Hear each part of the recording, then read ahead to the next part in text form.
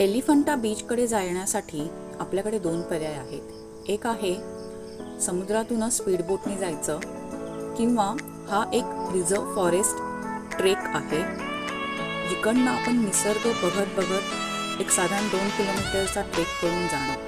आम्ही ट्रेकिंग करायचं ठरवलं।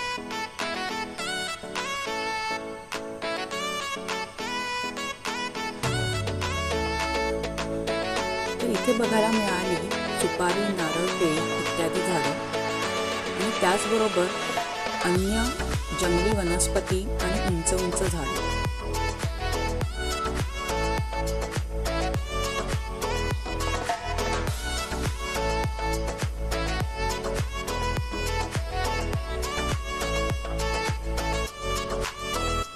त्यातलं हे हॅवलॉक मधलं सर्वात उंच झाड गर्जन म्हणून।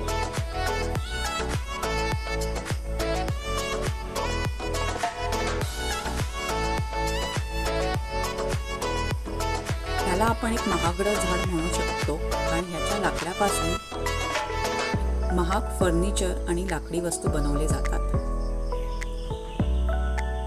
सो असा हा चढण उतरण करत ट्रेक खूप छान अनुभव देऊन गेला, जो पुढे एका मॅंग्रोव्ह कडे ओपन होतो।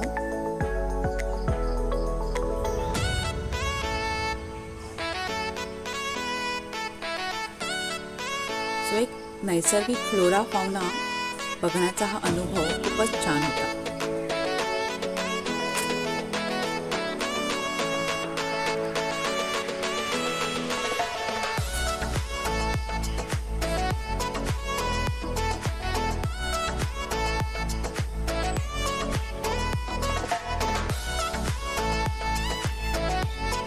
ही आहे एक या ट्रेकची छोटीशी झलक।